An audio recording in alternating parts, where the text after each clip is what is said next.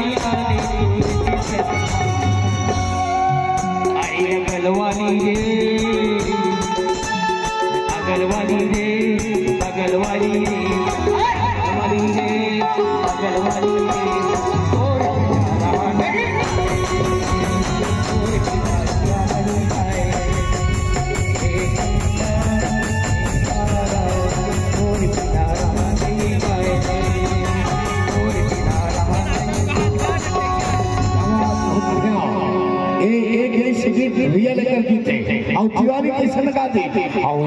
चंदा चंदा रे अच्छा तिवारी गाते चलिए भैया चलिए